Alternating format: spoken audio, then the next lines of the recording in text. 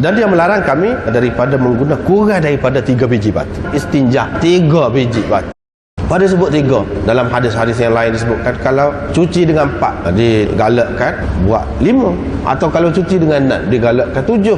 Yang ni ganjil, witir itu. Witir. Ini semua ni Nabi SAW nak tanam akidah tauhid.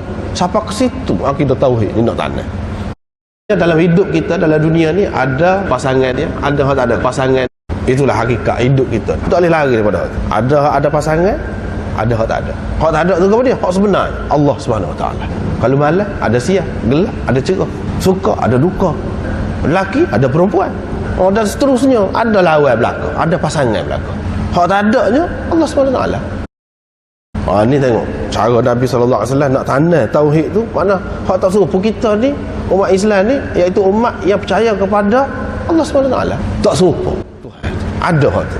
Siapa kau peringkat nak cuci najis tu pun situ lagi. Begitu juga makan 3 juga, basuh 3 juga, banyak 3. Kalau tidak pun dia ada hak ganjil tu. Apa sebab? Kerana nak tanam hak tu. Nak tanam hak tu.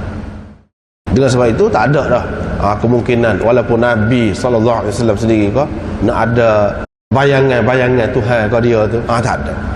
Sebab itulah dalam hadis-hadis banyak sekali dijaga. Wa asyhadu anna Muhammadan abduhu wa rasul abdu. Sebab apa? Dalam agama lain sebanyak-banyak orang sesat ni, agama-agama lain, hak tu manusia, hak nabi orang soleh tu, hak baik-baik tu akhirnya jadi Tuhan. Sebab tu dia jaga sangat. Jangan ditelajak. Maknanya kasih-kasih pun jangan ditelajak.